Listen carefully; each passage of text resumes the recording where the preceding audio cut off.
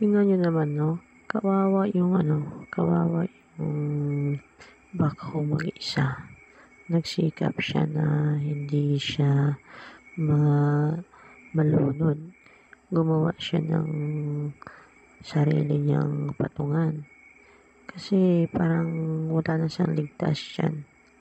Hanggat hindi titigil yung ulan, malulunod at malulunod siya. Wala na siyang mapupuntahan. Kaya magsikap ka hanggat may lupa pa. Mahuhukay at tutulong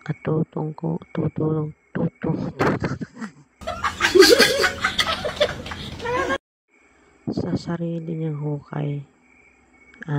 Doon siya mabubuhay. Parang tayo rin, no? Sariling sikap, yun nga. Sariling kayod natin, doon tayo mabubuhay.